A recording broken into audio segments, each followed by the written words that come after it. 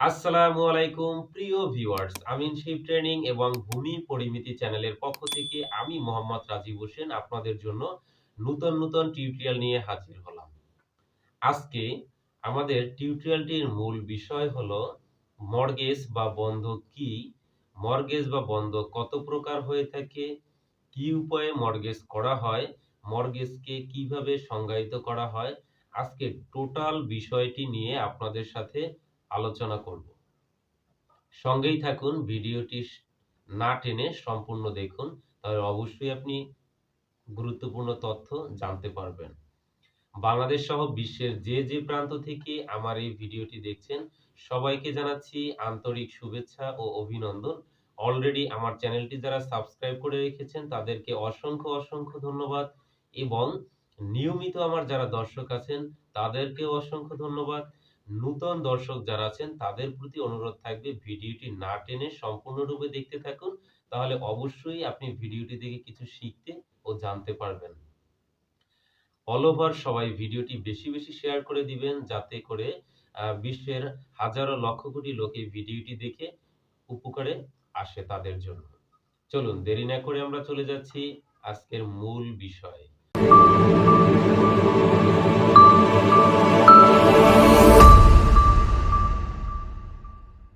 আজকে আমাদের আলোচনার বিষয়টি ছিল মর্গেজ বা বন্ধক কি, মর্গেজ বা বন্ধক কত প্রকার হয়ে থাকে, মর্গেজকে কিভাবে সংজ্ঞায়িত করতে হয়।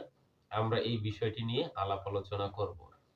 Transfer of property on 1882 section 58 Bangladesh সংবিধানের আর্টিকেল ক্ষমতা বলে এই পুরাতন আইনগুলো এখনো বাংলাদেশে প্রচলিত আছে। মর্গেজ বা ডিড, মর্গেজকে ৬টি ভাবে ভাগ করা হয়। ট্রান্সফার অফ প্রপার্টি সেকশন 58 এ আমরা সর্বমোট ৬ ধরনের মর্গেজ দেখতে পাই। প্রথমটি সিম্পল মর্গেজ, দ্বিতীয় মর্গেজ বাই কন্ডিশনাল সেল, তৃতীয়ত ইউসুফেক্সারি বন্ধক, চতুর্থত ইংলিশ বন্ধক, পঞ্চম সম্পত্তির দলিল বন্ধক, ষষ্ঠ এনামুলাস বন্ধক। মর্গেজের আমরা ৬টি মর্গেজ সম্পর্কে জানলাম, বন্ধক সম্পর্কে। Mortgage transfer of property section 58 এ মর্গেজকে সংজ্ঞায়িত করা হয়েছে ৩ ভাবে। প্রথম লোন, দ্বিতীয়টি ডেট, তৃতীয়টি পেকুলারি লাইবিলিটি। লোন, লোন কি? আপনি একটি ব্যাংক থেকে টাকা লোন করলেন, সেক্ষেত্রে ব্যাংক আপনার কাছে টাকা বাবদ একটি জামানত চাইবে, সেই জামানত স্বরূপ আপনার সম্পত্তির দলিল কাগজ আপনাকে জমা দিতে হবে। এটাই হচ্ছে মূলত লোন।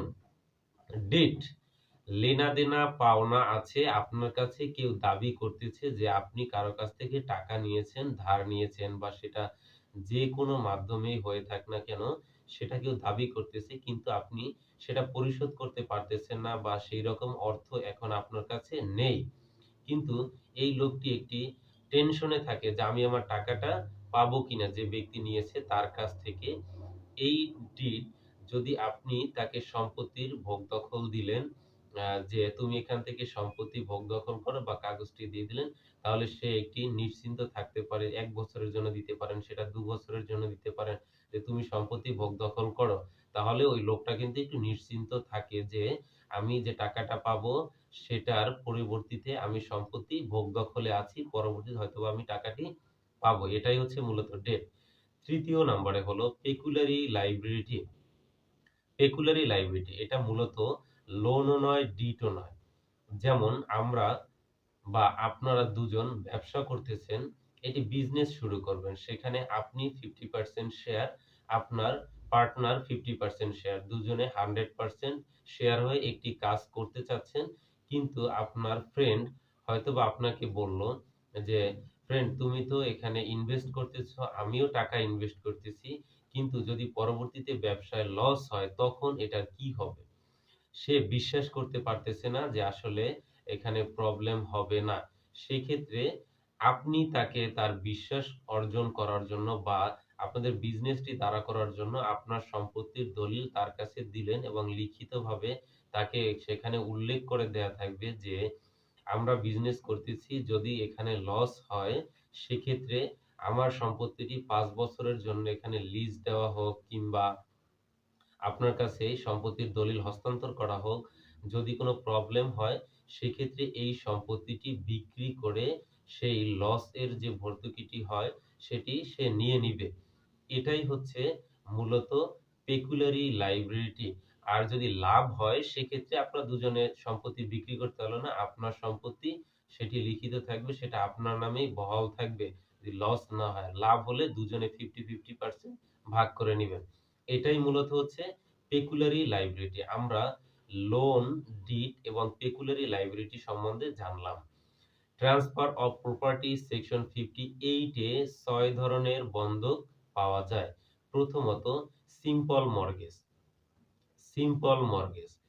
আপনারা একটি মর্টগেজ ডিড তৈরি করবেন এবং রেজিস্ট্রেশন করবেন। সেখানে উল্লেখ থাকবে যে সময় মতো আপনি টাকা ধার নিয়েছেন বা যেভাবেই নিয়ে যান, সেটা সময় মতো পরিশোধ করলে এটা ওকে। এটাই হচ্ছে মূলত সিম্পল মর্টগেজ। তাহলে আপনি আপনার মালিকানা আবার ফেরত পাবেন সময়মত যদি পরিশোধ করেন। দ্বিতীয়ত হচ্ছে conditional by sale, mortgage by conditional sale, অর্থাৎ বিক্রয় শর্তে মর্টগেজ। প্রথমটির মতো মর্টগেজ ডিড তৈরি করবেন এবং রেজিস্ট্রেশন করবেন। সেখানে উল্লেখ থাকবে যে আপনি যেটা নিয়েছেন সেটা যদি সময় মতো অর্থটি পরিশোধ করতে না পারেন সেই ক্ষেত্রে মর্টগেজ ডিডে যদি উল্লেখ থাকে যে পরিশোধ করতে না পারলে সম্পত্তিটি বিক্রয় দলিলে পরিবর্তন হয়ে যাবে, বিক্রয় দলিলে পরিণত হবে। যেমন আপনি কারো কাছ থেকে টাকা ধার নিয়েছেন, কিন্তু যদি উল্লেখ থাকে এভাবে যে আমি ধার নিয়েছি, যদি সময় মতো সেটা পরিশোধ করতে না পারি তাহলে এটাই বিক্রির দলিলের মতো কার্যক্রম শুরু করবে বা বিক্রয় দলিলের কাজ করবে। আর যদি এটাও উল্লেখ থাকে যে আমি টাকা ধার নিয়েছি সেটা পরিশোধ করতে না পারলে সেটার মালিকানা সে হয়ে যাবে, কিন্তু মালিকানা হওয়ার পরও প্রথম ব্যক্তি সুযোগ পাবে তার কাছ থেকে সময় নেওয়ার জন্য। সেও তাকে কিছুদিনের সময় বা সে যেটা চেয়ে নেয় প্রথম ব্যক্তি যে আমি এই কয় বছরের সময় চাই, এটা দেন তাহলে এর ভিতরে আমি পরিশোধ করব। যদি এভাবে উল্লেখ থাকে সেক্ষেত্রেও সেই উল্লেখিত সময়ের ভিতরে যদি সে টাকা পরিশোধ করতে পারে তাহলে অবশ্যই সেটা পরিবর্তন হয়ে মালিকানা আবার প্রথম ব্যক্তির কাছে চলে আসবে। তাহলে আমরা এখান থেকে বুঝলাম এটা যে মর্টগেজ ডিড বা শর্তে যেটা রেজিস্ট্রেশনে উল্লেখ থাকবে সেটার উপরে নির্ভর করে যে মালিকানা আপনার থাকতেও পারে কিংবা নাও থাকতে পারে। আমরা জানলাম সিম্পল মর্টগেজ এবং মর্টগেজ বাই কন্ডিশনাল সেল। এবার তৃতীয়ত ইউসুফেক্সারি বন্ধক অর্থাৎ খাই-খেলাসি বন্ধক। সেম মর্টগেজ ডিটের ডিড তৈরি করবেন এবং রেজিস্ট্রেশন করবেন।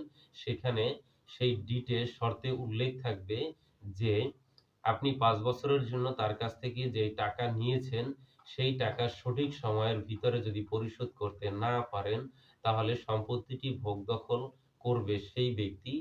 আর যদি এটা উল্লেখ থাকে যে আমি সম্পত্তির টাকা যদি যে টাকা আমি নিয়েছি সেটা যদি পরিশোধ করতে না পারি তাহলে এই যে ৫ বছর হোক, ৬ বছর হোক, আমি যার ভিতরে যেই টাকা পরিশোধ করতে না পারবো, প্রতি বছর যেই ফসল ফলাদি হবে জমিতে, তাহলে সেখান থেকে যে অর্থ ওই ব্যক্তি উম আ ইয়া করবে, তো তার কাছ থেকে এই টাকার সমপরিমাণ এখানে যা উৎপাদন হবে এর সাথে কনভেন্স করে এটা মেইনটেইন করবে।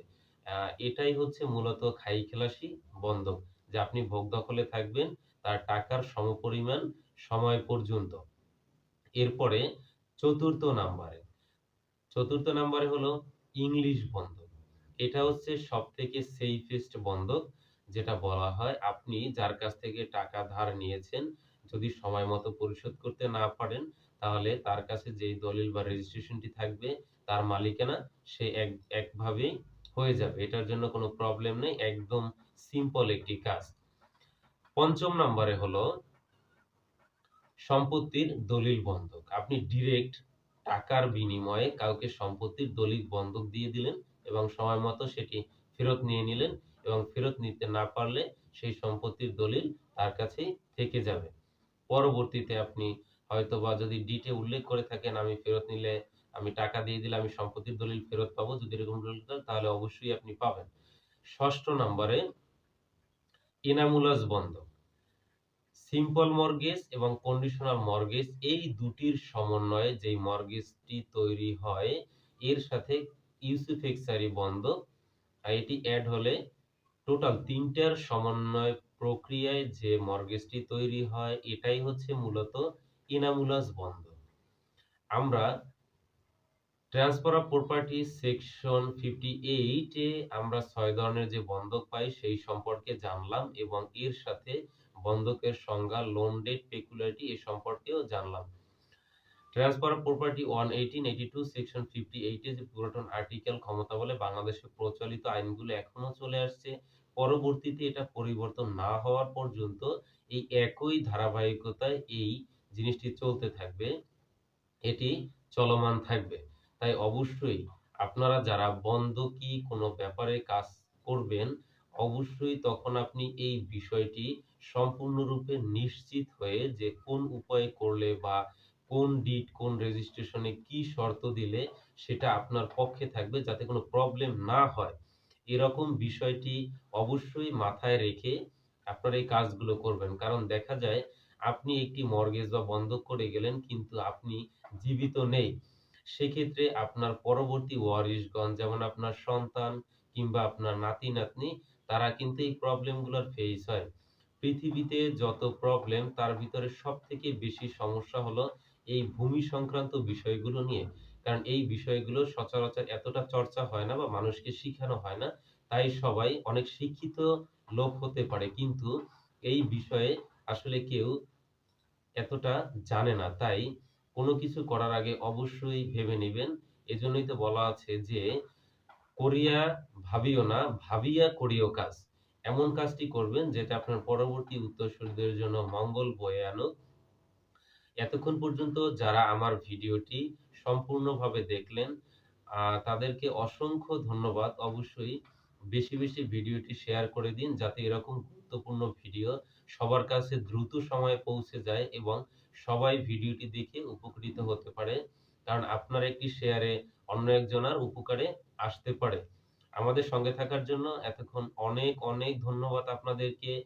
অবশ্যই আপনারা আপনাদের যদি কোনো বিষয় না জেনে থাকেন সেক্ষেত্রে আমাদের কমেন্টস বক্সে আপনার কমেন্টে মতামত প্রকাশ করতে পারেন। যত বেশি কমেন্ট হবে তত বেশি আমাদেরও আগ্রহ হয় ভিডিও করার জন্য। আর যেই বিষয়টা নিয়ে বেশি দর্শক কমেন্ট করবেন, আমরা চেষ্টা করব পরবর্তী ভিডিও সেই সমস্ত দর্শকদের উদ্দেশ্যে ভিডিও তৈরি করার জন্য তারা যাতে তাদের প্রবলেমটি সলভ করে জানতে পারে, শিখতে পারে। এতক্ষণ আমাদের চ্যানেলের সাথে থাকার জন্য আন্তরিকভাবে ধন্যবাদ। আজকের মতো এখানেই আমি বিদায় নিচ্ছি। আসসালামু আলাইকুম। আল্লাহ হাফেজ।